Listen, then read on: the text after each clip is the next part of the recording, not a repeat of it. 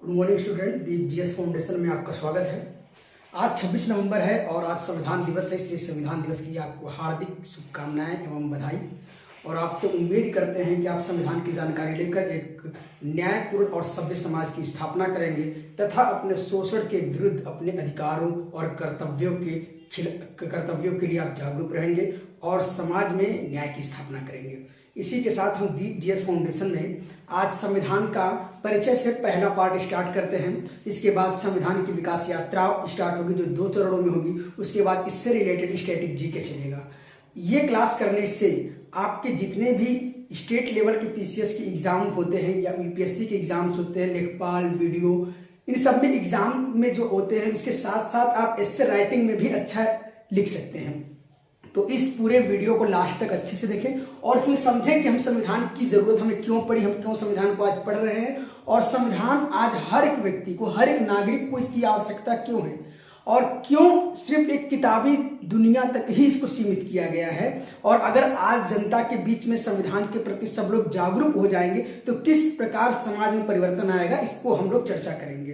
तो आइए हम स्टार्ट करते हैं। तो हम स्टार्ट करते हैं भारतीय संविधान से। तो भारतीय संविधान में आप ये देखेंगे कि संविधान जो है 2 वर्ड से बना है। संविधान, सम प्लस विधान। अगर हम संधि विच्छेद करेंगे तो सम मतलब समान या सबके लिए जो लोग हैं, और विधान मतलब विधान, नियम, कानून।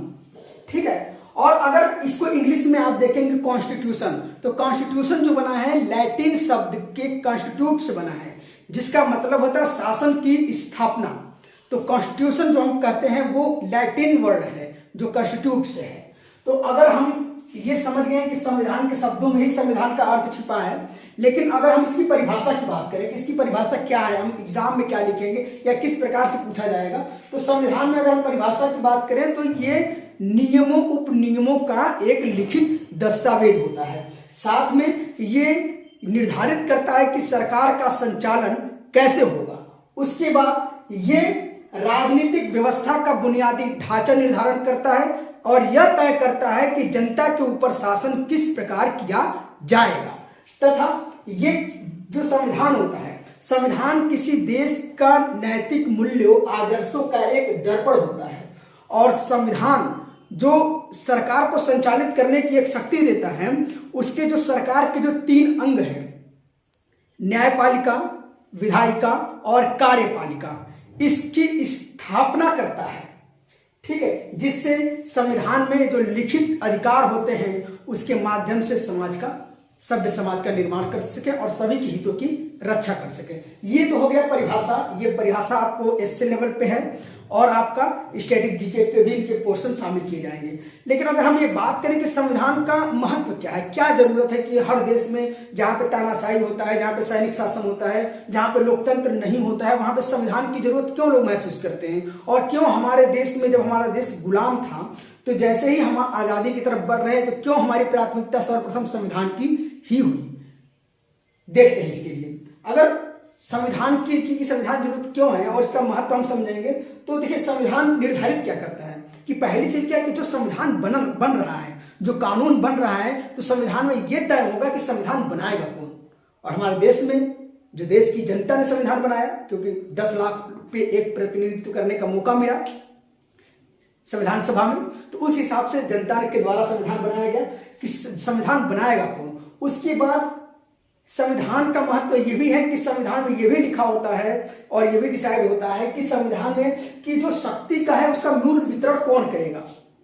ठीक है। उसके बाद निर्णय लेने की शक्ति किसके पास रहेगी, निर्णय लेने की शक्ति के अलावा उस निर्णय का जो प्रभाव होगा जनता के ऊपर किस प्रकार होगा, यह भी संविधान में होता है। तथा समाज की आकांक्षा, जैसे कि मान लीजिए हमारा एक विविधतापूर्ण भारत समाज है, इसमें सभी को हितों की रक्षा करना और समाज किस प्रकार से अपनी आकांक्षा रखता है, जैसे आपको आर्थिक आजादी, राजनीतिक आजादी, कि आप कहीं भी व्यापार कर सके, कहीं भी बस सके, किसी भी प्रकार के धर्म की उपासना कर सके, या फंडामेंटल राइट में है, तो ये संविधान में ही तो संविधान की आकांक्षा सभी के लोगों के हित की रक्षा करना, इसलिए संविधान जरूरत है। दूसरा कि जो सरकार चलाने का 3 अंग होते हैं, न्यायपालिका, कार्यपालिका, विधायिका, उनको स्थापित करता है कि किस प्रकार समाज में सभी को हितों की रक्षा होगी। और इतना तो हम लोग संविधान समझ गए, संविधान की परिभाषा समझ गए, महत्व समझ गए। और अगर हम इतिहास में देखें कि संविधान सबसे पहले कहाँ आया, भारत में इसकी क्या स्थिति है, क्या प्रभाव पड़ा, तो इसमें हम देखेंगे कि पहली बार जो लिखित संविधान आया यूएसए में आया।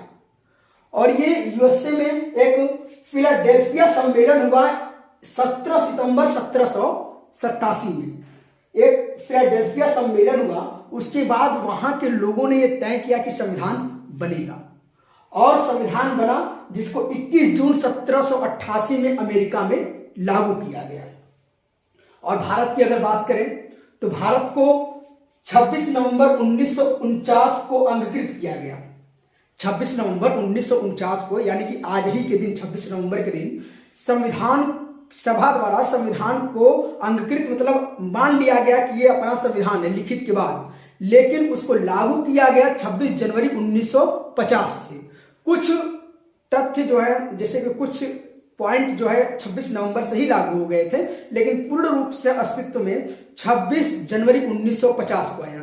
तो 26 नवंबर को संविधान सभा द्वारा अंतिम रूप से यह निर्णय लेकर स्वीकार कर लिया गया था कि यही संविधान का स्वरूप होगा और यही हमारा संविधान होगा। तो इसलिए इसी दिन को हम लोग संविधान दिवस के रूप में मनाते हैं और संविधान जागरूकता का अभियान चलाते हैं। और 26 जनवरी को हम गणतंत्र दिवस मनाते हैं कि हम एक ऐसा संविधान बनाए, एक ऐसा विधि बनाए हैं जिसमें सभी जनता के, सभी, गणतंत्र मतलब गण लोग, और तंत्र मतलब जनता का शासन, संविधान का शासन को हम लोग मानते हैं, इसलिए गणतंत्र दिवस मनाते हैं। ठीक है, अब हम ये लेकर चलेंगे कि आखिर संविधान की जरूरत क्यों पड़ी। संविधान की जरूरत क्यों पड़ती है? क्योंकि आज तो हमारे देश में संविधान है, लेकिन बहुत सारे ऐसे देश हैं जो जहां पे आज सैनिक शासन है, राजा शासन कर रहे हैं, या फिर वहां पे जो देश की जनता है उनके साथ बहुत शोषण होता है, वहां पे संविधान या तो है नहीं, या तो संविधान की रक्षा ये लोग कर नहीं पाते हैं। तो देखिए इसकी रीजन क्या है, जरूरत क्यों पड़ती है। अगर हम आधार बनाए, देखिए अगर आपको किसी भी विषय के डीप में जाकर लिखना हो, या फिर किसी का प्रभाव जानना हो, या किसी की जरूरत जाननी हो, तो इसको 4 या 5 वर्गों में बांटते हैं। जैसे कि उसका आर्थिक पे क्या, अर्थ पे क्या इम्पैक्ट पड़ रहा है, इकोनॉमी, भौगोलिक पे क्या इम्पैक्ट पड़ रहा है, समाज पे क्या इम्पैक्ट पड़ रहा है, राजनीति क्या इम्पैक्ट पड़ रहा है, और वैज्ञानिक आधार क्या है।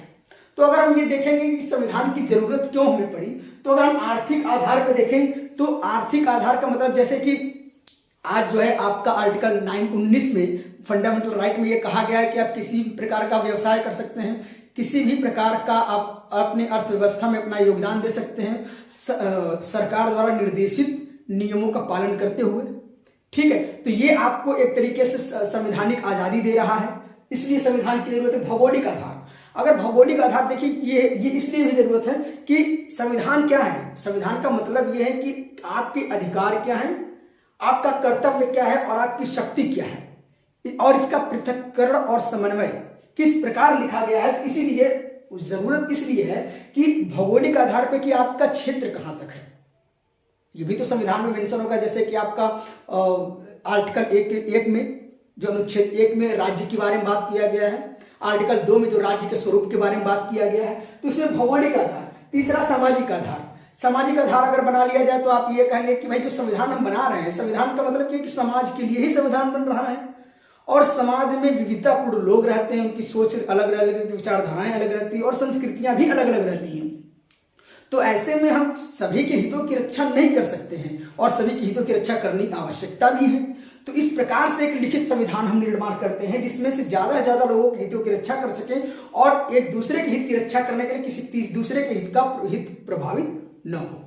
जैसे कि आपके 19 में, आर्टिकल 19 में लिखा गया है कि आप किसी भी प्रकार का सम्मेलन कर सकते हैं, कहीं भी जा सकते हैं, कहीं बस सकते हैं, और आपका आर्टिकल 25 से आर्टिकल 28 तक आपको धार्मिक आजादी मिली है, जिसमें आप किसी भी प्रकार के धर्म को उपासना, मनाने, स्वतंत्रता, हर प्रकार की आजादी है। तीसरी चीज राजनीतिक आधार, कि जैसे कि जो संविधान लिखा गया है, या फिर संविधान इसलिए भी जरूरी है कि जो समाज है, जो देश है, उसमें शासन पद्धति क्या होगी, शासन का स्वरूप क्या है, कौन आपके ऊपर राज करेगा, या कौन शासन व्यवस्था में मुख्य भूमिका में रहेगा।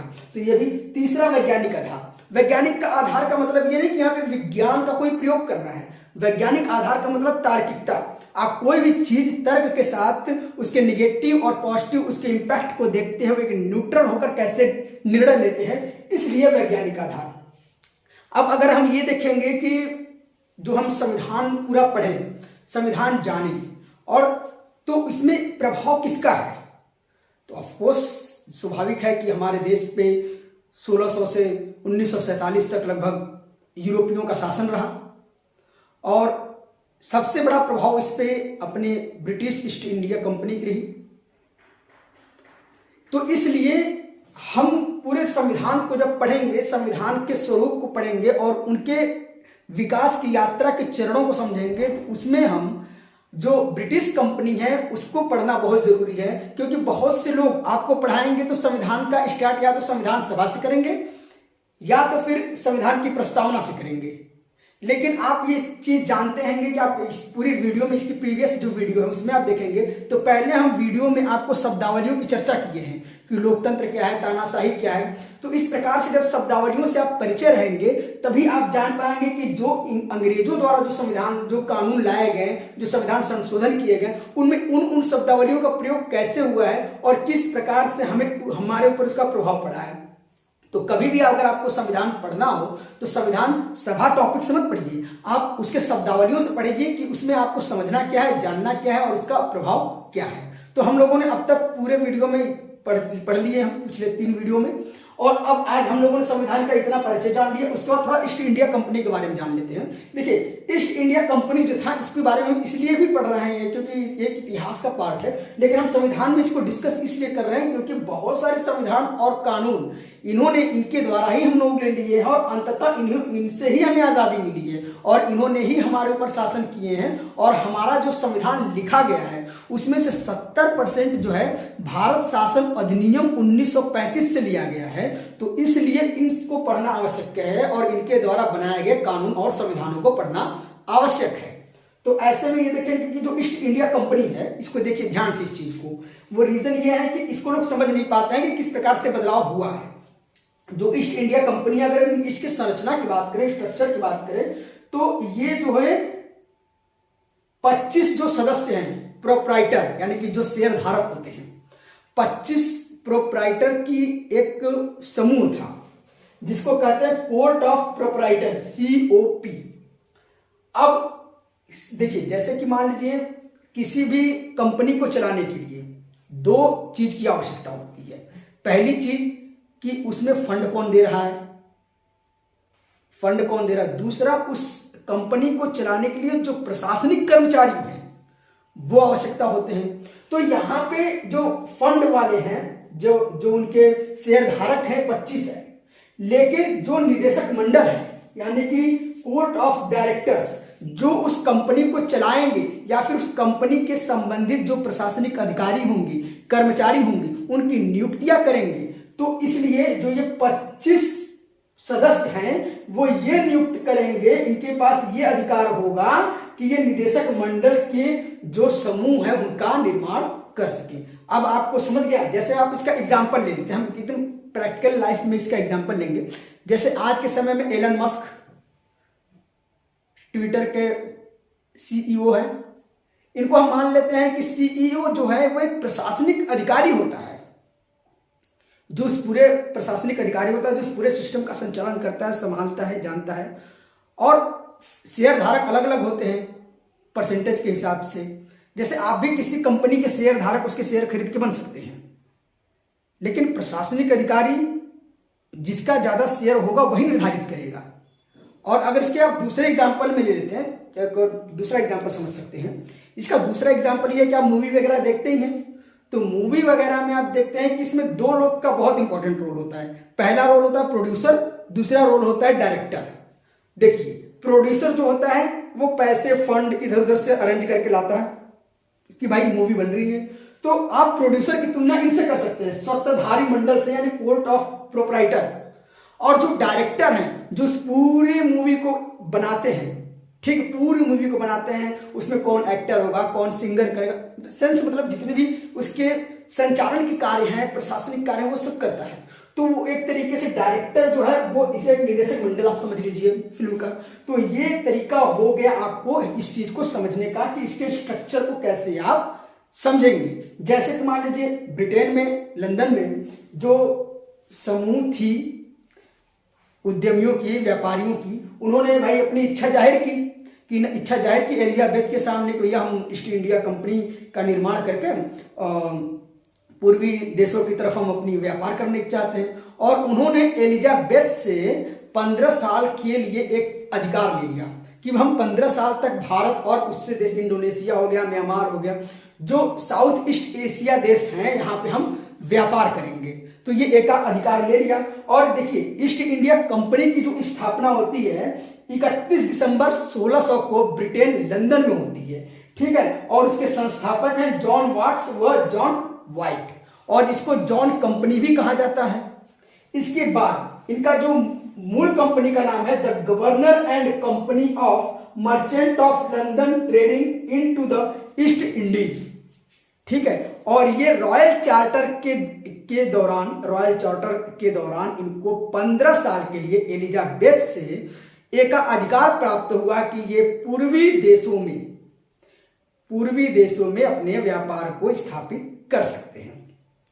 उसके बाद ये तो भाई जो स्वतंत्रधारी मंडल थे, तो ये तो ब्रिटेन में ही थे ना, और जो इनके द्वारा नियुक्तियां की जाती थी, जो यहाँ पे व्यापार आकर करते थे, या फिर ये वहां पे शासन भागीदारी में कहीं न कहीं का महत्वपूर्ण योगदान रहा है। और इस प्रकार से अब हम समझें कि ईस्ट इंडिया की संरचना को समझ लिए, उनकी स्वरूप को समझ लिए, और अब हम आगे के वीडियोस में ये समझेंगे कि इनका जो संविधान का विकास का चरण था, उसको हम 1726 से पढ़ेंगे। बहुत से लोग 1773 के रेगुलेटिंग एक्ट से पढ़ाते हैं, लेकिन नहीं, हम 1726 से पढ़ेंगे। उसके बाद हम ये भी जानेंगे कि किस किस प्रकार से ये कॉलोनियों का निर्माण करते थे, किस प्रकार से फैक्ट्रियों का निर्माण करते थे, और ये पहली जो विधि या कानून बनाए, उसका पहला या विधि कानून ये अपने कर्मचारियों के ऊपर बनाए, और उसका किस प्रकार से वो क्रियान्वयन करते थे, और किस प्रकार से उनका जनता पर प्रभाव पड़ा, और 1773 रेगुलेटिंग एक्ट हमारे लिए इंपॉर्टेंट क्यों है, ये सब हम आगे की वीडियो में डिस्कस करेंगे। आप इस चैनल को सब्सक्राइब कर सकते हैं, शेयर कर सकते हैं, और इस प्लेटफॉर्म पे आपको यूपीएससी लेवल के सभी कॉम्पिटिटिव एग्जाम की तैयारी कराई जाएगी। साथ ही आपके संविधान के जितने भी कठिन से कठिन वर्ड है उसको आसानी से समझाया जाएगा। इस चैनल पे एक प्ले लिस्ट है जिसको कहते हैं कॉन्सेप्ट टॉक। उस कॉन्सेप्ट टॉक में जरूरी जो मुद्दे हैं, जो समाज के जरूरी मुद्दे हैं, उस पर सकारात्मक और नकारात्मक पद से चर्चा किया जा रहा है। तो चैनल पे आप बने रहिए, आपको अच्छी अच्छी जानकारियां प्राप्त होगी, और यहाँ से स्टैटिक जीके तमाम ऐसी जितनी भी आपको जरूरतें हैं, आपको यहीं पे फ्री में मिलता रहेगा। चैनल के साथ जुड़े रहें। Thank you very much.